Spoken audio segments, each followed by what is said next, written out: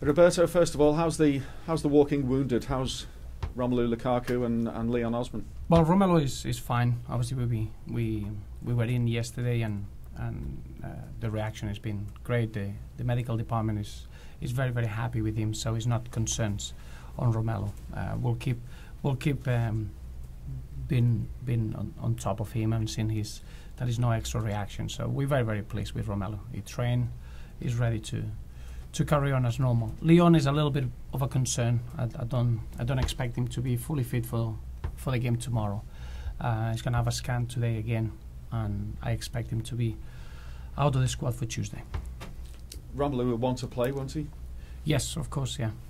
As you can imagine, he had an incredible impact on Saturday. And when you start the new career in a new football club, a new chapter in your football time, I think is one of those good feelings that you want to carry on having, and we're only pleased to have him on that frame of mind. How do you approach this Capital One Cup tie? Because cup competitions mean an awful lot to Evertonians. Absolutely. I think every game that you play in an official manner is an important game. What's important as well is that we understand that we need to share the demands between the squad, and I do feel that this squad is ready to cope with that. Whichever team is going to be on the pitch, I expect a real good performance, and overall I expect a really difficult game against Fulham. Craven Cottage is always a hard place to go, and I'm sure that Fulham want to progress, want to get through. We are desperate to get through, understanding that it'll be a great opportunity for certain players to show what they can do and make sure that we even more after what happened in the last two games raise the competition for places within the squad. So very, very important game from our point of view. How much of a factor will your experience play in the fact that you've won a cup competition last season? Well, the experience in anything you do is important, and I think facing a Premier League side makes all the difference. I think in these sort of rounds when you play against teams that they are in different divisions, that probably is a little bit less understanding of each other, plays a big part of what happened, of how you have to approach those games. I think against another Premier League side, everything is reduced to both sides know each other very, very well, and I think that becomes a close game and a normal game. I don't think it's more of a cup competition factor. But I think we got really good experience in the dressing room. I could name a few players that they had numerous good experiences in the cup, but clearly we want to progress, and as I said earlier, I think everyone is fighting every time they are on the pitch for their minutes and their roles to help the team. So is that competition for places that I'm really interested every time we're on the pitch. Sounds like you prefer to be playing a Premier League side rather than lower league opposition then. No, you cannot choose. That's you have to be able to be successful in the cup. You need to accept the challenge, and if you're facing Premier League opposition, probably the understanding between the two teams is clear. When you're playing against teams in lower divisions, I always found it a harder test because you're going into a little bit of a unknown, and but that's the beauty of the cup competitions. I think they're quite unique in the British game. That doesn't happen anywhere else. Is tomorrow an opportunity for the likes of Darren Gibson, and is Stephen Pienaar fit, and how's Antolin Alcaraz? Yes, well, Stephen Pienaar, we're not going to rush him. We want to give him a bit more time. Darren Gibson, I consider him fully fit. He's been working extremely well. He's joined the group, so that's a great positive for us. Antolin, we're not going to rush him for this game either. So the squad is big enough to be able to give the time to the players that they need to recover well enough. So everyone who's going to be in the squad is going to be 100%, and we're not going to take any chances. Can I just ask you, away from Everton, your reaction to Paolo Di Canio's dismissal late last night? Well, it's unfortunate.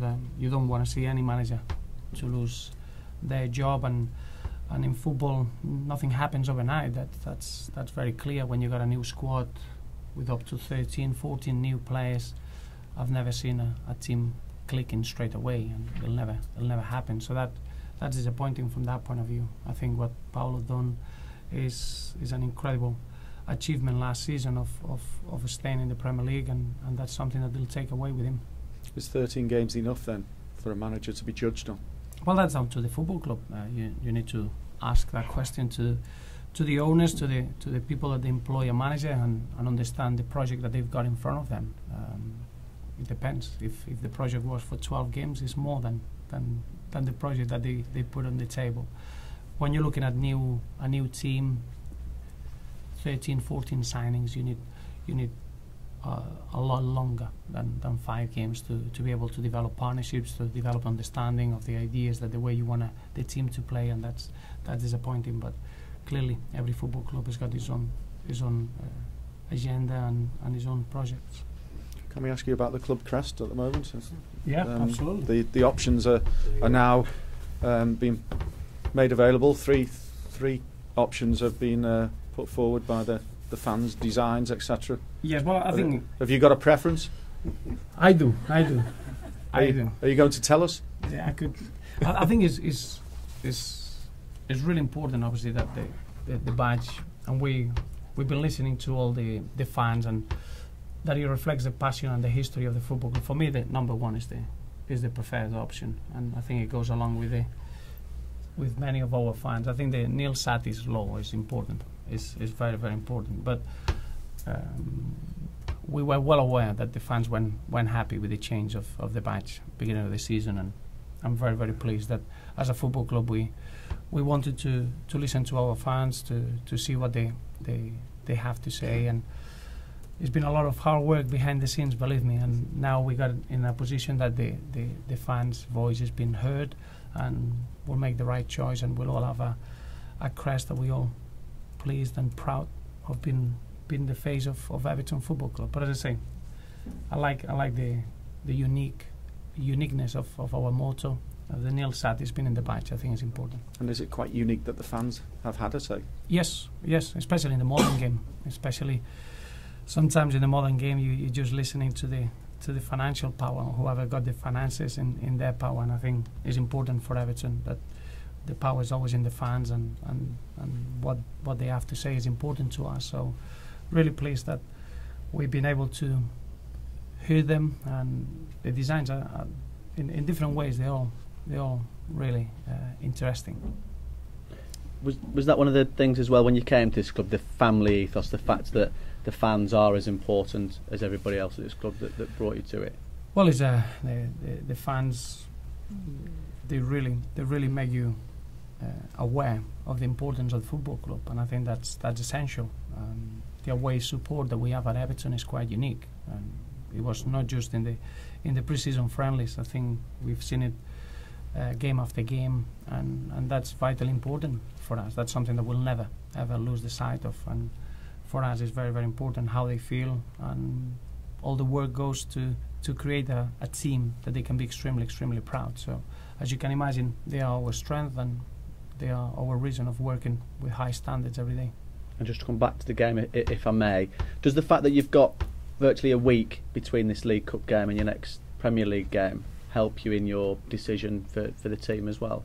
Well, it's not really, no. I think it's good that we got extra time to recover for the league game, but it's more from the West Ham game going into the Cup game that we need to take in consideration how the players been recovering. I think certain players put such a massive effort against Chelsea that has to be taken into consideration. So I'm quite pleased that we got extra days to recover for the Newcastle game, but clearly this squad for the Carling Cup game is going to be based on the previous efforts and the previous 2 games. And just finally, Kone, was there anyone we didn't mention? How's yes. Aruna? Is a little bit better. As I say, probably was 95% at the weekend, and we didn't want to take a risk. He's still got some bruising in his bone. It's nothing serious. We're going to assess him for tomorrow. He's still got a chance for tomorrow, but as I say, if he's 99% fit, he's not going to be available. Thank you.